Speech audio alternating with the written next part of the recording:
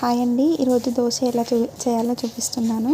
గోధుమ పిండి, బాలామృతం జల్లించుకున్న పిండి 2 కలిపి ముద్ద చేసుకొని అందులో తగినన్ని వాటర్ వేసుకొని సాల్ట్ వేసుకొని మనకి ఇష్టమైతే జీలకర్ర కూడా వేసుకొని బాగా మిక్స్ చేసుకొని ఒక 10 మినిట్స్ 5 మినిట్స్ అలా పక్కన పెట్టేసి దోశ వేసుకోవడమే. కావాలనుకుంటే దీని మీద ఆయిల్ కూడా స్ప్రెడ్ చేసుకొని ఈవెన్గా కాల్చుకోవడమే.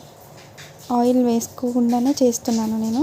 ఆయిల్ కూడా వేసుకోవచ్చు, మన ఇష్టం. గీ కూడా వేసుకుంటే ఇంకా చాలా టేస్టీగా ఉంటుంది.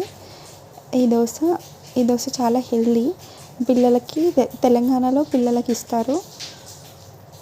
ఇందులో శనగపిండి, పాలపొడి, గోధుమ పిండి, చక్కెర ఇవన్నీ ఉంటాయి. మనం జల్లించుకున్నప్పుడు చక్కెర మాత్రం సపరేట్గా వస్తుంది, మిగిలిందంతా అందులోనే ఉంటుంది. చాలా healthy breakfast. Thank you for watching.